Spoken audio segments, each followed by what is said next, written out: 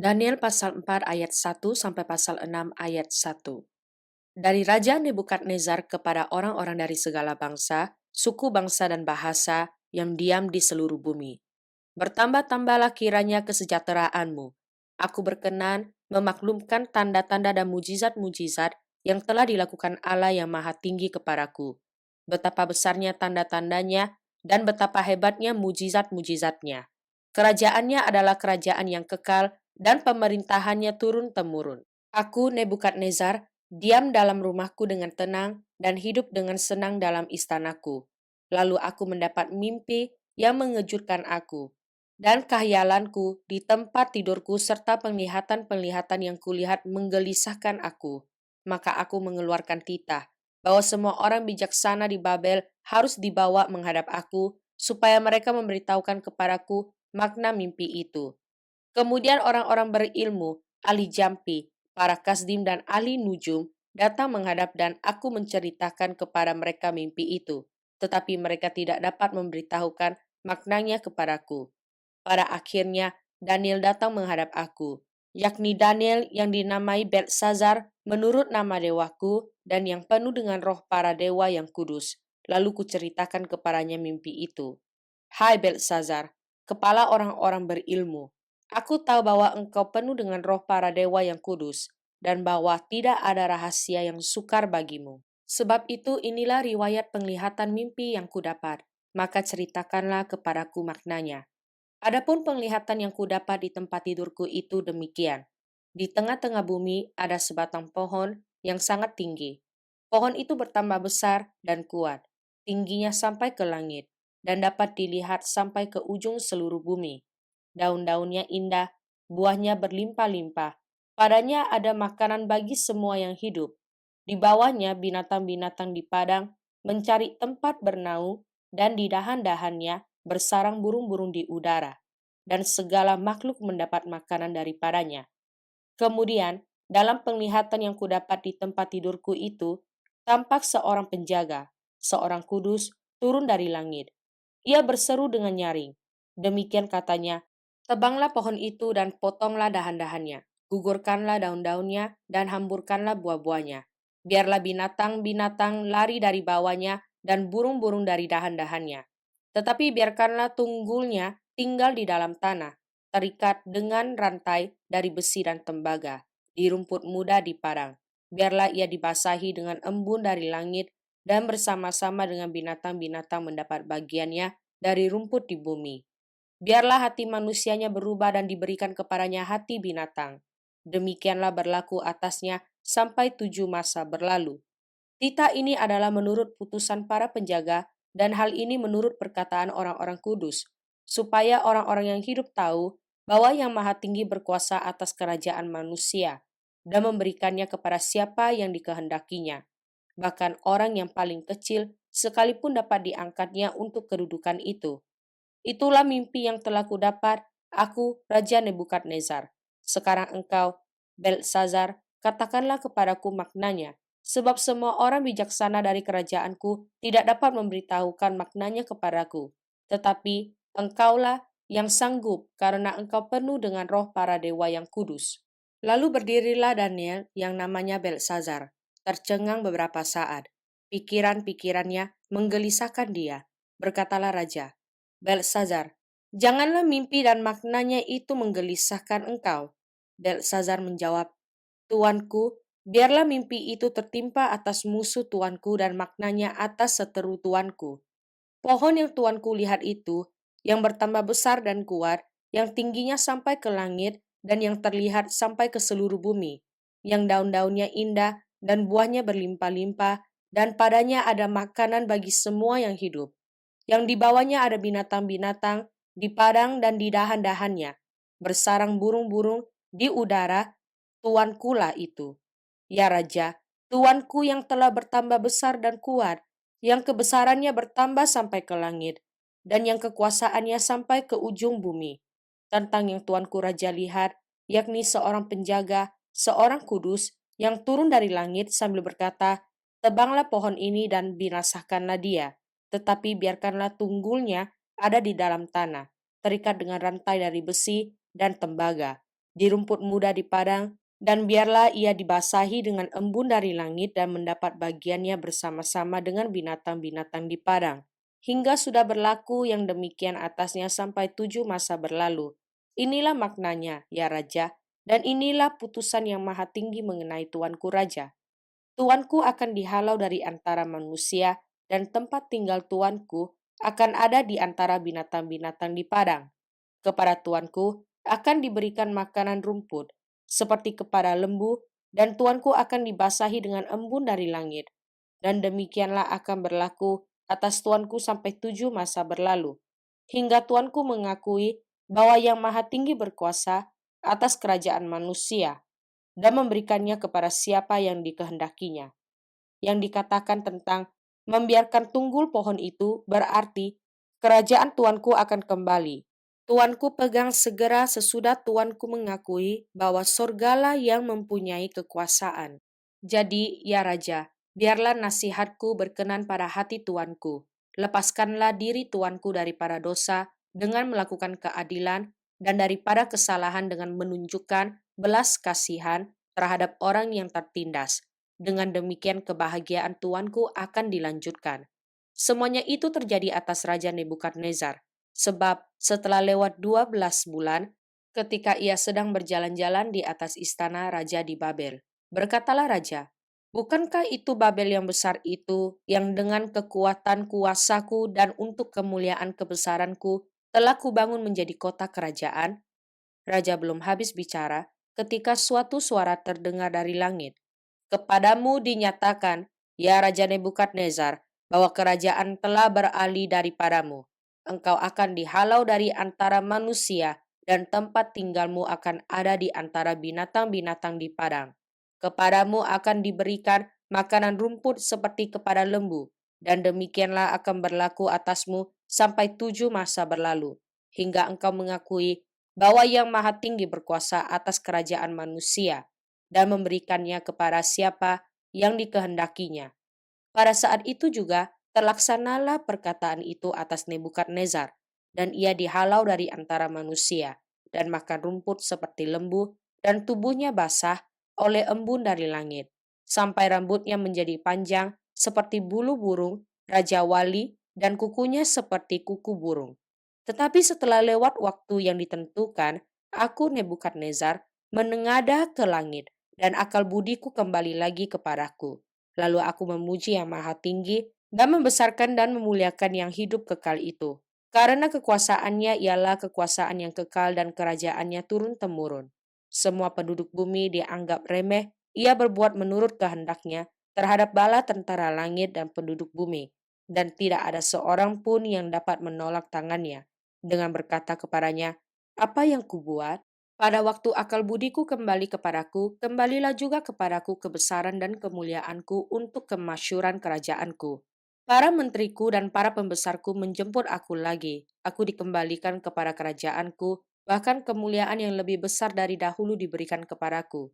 Jadi sekarang aku, Nebukadnezar, memuji, meninggikan dan memuliakan Raja Sorga, yang segala perbuatannya adalah benar dan jalan-jalannya adalah adil, dan yang sanggup merendahkan mereka yang berlaku congkak. Raja Belshazzar mengadakan perjamuan yang besar untuk para pembesarnya, 1.000 orang jumlahnya, dan di hadapan 1.000 orang itu ia minum anggur. Dalam kemabukan anggur, Belshazzar menitahkan orang membawa perkakas dari emas dan perak yang telah diambil oleh Nebukadnezar, ayahnya, dari dalam bait suci di Yerusalem, supaya raja dan para pembesarnya, para istri dan para gundik mereka minum dari perkakas itu. Kemudian dibawalah perkakas dari emas dan perak itu, yang diambil dari dalam bait suci, rumah Allah di Yerusalem. Lalu raja dan para pembesarnya, para istri dan para gundik mereka minum dari perkakas itu. Mereka minum anggur dan memuji-muji dewa-dewa dari emas dan perak, tembaga, besi, kayu, dan batu. Pada waktu itu juga tampaklah jari-jari tangan manusia menulis pada kapur dinding istana raja, di depan kaki Dian, dan raja melihat punggung tangan yang sedang menulis itu. Lalu raja menjadi pucat, dan pikiran-pikirannya menggelisahkan dia. Sendi-sendi pangkal pahanya menjadi lemas dan lututnya berantukan. Kemudian berserulah raja dengan keras, supaya para ahli jampi, para kasdim, dan para ahli nujum dibawa menghadap. Berkatalah raja kepada para orang bijaksana di Babel itu, "Setiap orang yang dapat membaca tulisan ini dan dapat memberitahukan maknanya kepadaku, kepadanya akan dikenakan pakaian dari kain ungu dan lehernya akan dikalungkan rantai emas. Dan di dalam kerajaanku ia akan mempunyai kekuasaan sebagai orang ketiga." Tetapi semua orang bijaksana dari raja yang telah datang menghadap tidak sanggup membaca tulisan itu dan tidak sanggup memberitahukan maknanya kepada raja. Sesudah itu sangatlah cemas hati Raja Belshazzar dan ia menjadi pucat. Juga para pembesarnya terperanjat. Karena perkataan raja dan para pembesarnya itu, masuklah permaisuri ke dalam ruang perjamuan. Berkatalah ia, "Ya raja, kekallah hidup tuanku. Janganlah pikiran-pikiran tuanku menggelisahkan tuanku dan janganlah menjadi pucat. Sebab dalam kerajaan tuanku ada seorang yang penuh dengan roh, para dewa yang kudus. Dalam zaman ayah tuanku ada terdapat pada orang itu kecerahan, akal budi dan hikmat yang seperti hikmat para dewa. Ia telah diangkat oleh Raja Nebukadnezar, ayah tuanku, menjadi kepala orang-orang berilmu, para ahli jampi, para kasdim, dan para ahli nujum. Karena pada orang itu terdapat roh yang luar biasa dan pengetahuan dan akal budi, sehingga dapat menerangkan mimpi, menyingkapkan hal-hal yang tersembunyi, dan menguraikan kekusutan, yakni pada Daniel yang dinamai Belteshazzar oleh raja. Baiklah sekarang Daniel dipanggil dan ia akan memberitahukan maknanya. Lalu dibawalah Daniel menghadap raja. Bertanyalah raja kepada Daniel, "Engkaukah Daniel itu salah seorang buangan yang telah diangkut oleh raja ayahku dari tanah Yehuda? Telah kudengar tentang engkau, bahwa engkau penuh dengan roh para dewa, dan bahwa padamu terdapat kecerahan, akal budi dan hikmat yang luar biasa. Kepadaku telah dibawa orang-orang bijaksana, para ahli jampi, supaya mereka membaca tulisan ini dan memberitahukan maknanya kepadaku. Tetapi mereka tidak sanggup mengatakan makna perkataan itu. Tetapi telah kudengar tentang engkau, bahwa engkau dapat memberikan makna dan dapat menguraikan kekusutan. Oleh sebab itu, jika engkau dapat membaca tulisan itu dan dapat memberitahukan maknanya kepadaku, maka kepadamu akan dikenakan pakaian dari kain ungu dan pada lehermu akan dikalungkan rantai emas. Dan dalam kerajaan ini engkau akan mempunyai kekuasaan sebagai orang ketiga." Kemudian Daniel menjawab raja, "Tahanlah hadiah tuanku, berikanlah pemberian tuanku kepada orang lain. Namun demikian aku akan membaca tulisan itu bagi raja dan memberitahukan maknanya kepada tuanku. Ya tuanku raja, Allah yang maha tinggi telah memberikan kekuasaan sebagai raja, kebesaran, kemuliaan, dan keluhuran kepada Nebukadnezar, ayah tuanku. Dan oleh karena kebesaran yang telah diberikannya kepadanya itu, maka takut dan gentarlah terhadap dia orang-orang dari segala bangsa, suku bangsa, dan bahasa. Dibunuhnya siapa yang dikehendakinya, dan dibiarkannya hidup siapa yang dikehendakinya. Ditinggikannya siapa yang dikehendakinya, dan direndahkannya siapa yang dikehendakinya.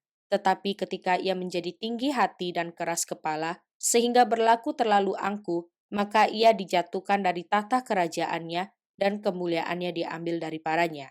Ia dihalau dari antara manusia dan hatinya menjadi sama seperti hati binatang dan tempat tinggalnya ada di antara keledai hutan.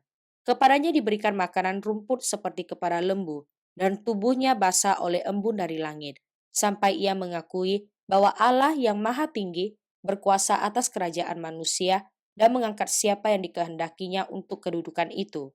Tetapi tuanku, Belshazzar, anaknya, tidak merendahkan diri, walaupun tuanku mengetahui semuanya ini. Tuanku meninggikan diri terhadap yang berkuasa di sorga. Perkakas dari baitnya dibawa orang kepada tuanku. Lalu tuanku serta para pembesar tuanku, para istri dan para gundik tuanku telah minum anggur dari perkakas itu.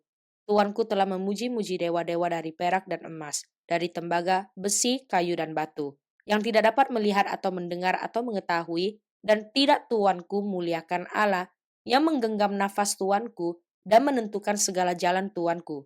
Sebab itu, ia menyuruh punggung tangan itu dan dituliskanlah tulisan ini. Maka inilah tulisan yang tertulis itu. Mene mene tekel ufarsin.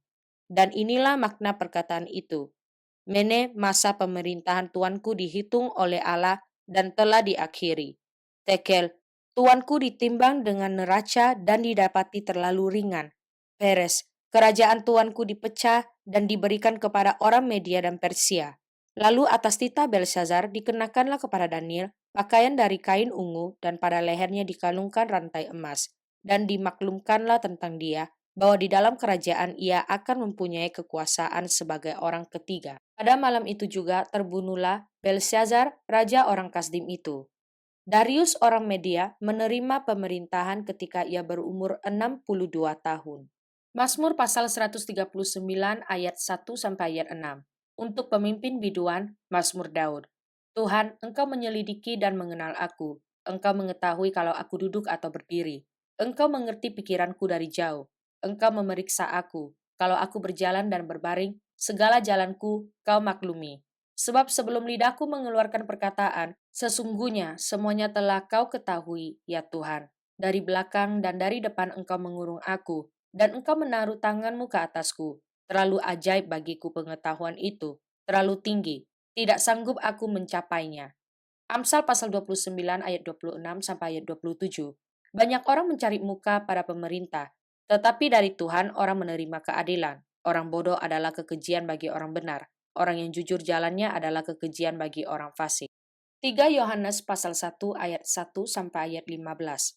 Dari penatua kepada Gayus yang kekasih, yang kukasihi dalam kebenaran. Saudaraku yang kekasih, aku berdoa, semoga engkau baik-baik dan sehat-sehat saja dalam segala sesuatu, sama seperti jiwamu baik-baik saja. Sebab aku sangat bersuka cita ketika beberapa saudara datang dan memberi kesaksian tentang hidupmu dalam kebenaran, sebab memang engkau hidup dalam kebenaran. Bagiku tidak ada sukacita yang lebih besar daripada mendengar bahwa anak-anakku hidup dalam kebenaran. Saudaraku yang kekasih, engkau bertindak sebagai orang percaya, di mana engkau berbuat segala sesuatu untuk saudara-saudara, sekalipun mereka adalah orang-orang asing. Mereka telah memberi kesaksian di hadapan jemaat tentang kasihmu, baik benar perbuatanmu, jikalau engkau menolong mereka dalam perjalanan mereka, dengan satu cara yang berkenan kepada Allah. Sebab karena namanya mereka telah berangkat dengan tidak menerima sesuatu pun dari orang-orang yang tidak mengenal Allah. Kita wajib menerima orang-orang yang demikian, supaya kita boleh mengambil bagian dalam pekerjaan mereka untuk kebenaran. Aku telah menulis sedikit kepada jemaat, tetapi Diotrephes yang ingin menjadi orang terkemuka di antara mereka, tidak mau mengakui kami. Karena itu, apabila aku datang, aku akan meminta perhatian atas segala perbuatan yang telah dilakukannya, sebab ia melontarkan kata-kata yang kasar terhadap kami, dan belum merasa puas dengan itu. Ia sendiri bukan saja tidak mau menerima saudara-saudara yang datang, tetapi juga mencegah orang-orang yang mau menerima mereka dan mengucilkan orang-orang itu dari jemaat.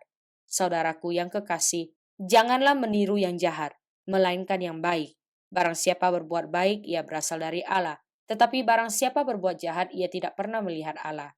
Tentang Demetrius, semua orang memberi kesaksian yang baik, malah kebenaran sendiri memberi kesaksian yang demikian. Dan kami juga memberi kesaksian yang baik tentang dia, dan engkau tahu bahwa kesaksian kami adalah benar. Banyak hal yang harus kutuliskan kepadamu, tetapi aku tidak mau menulis kepadamu dengan tinta dan pena. Aku harap segera berjumpa dengan engkau dan berbicara berhadapan muka. Damai sejahtera menyertai engkau, salam dari sahabat-sahabatmu. Sampaikanlah salamku kepada sahabat-sahabat satu persatu.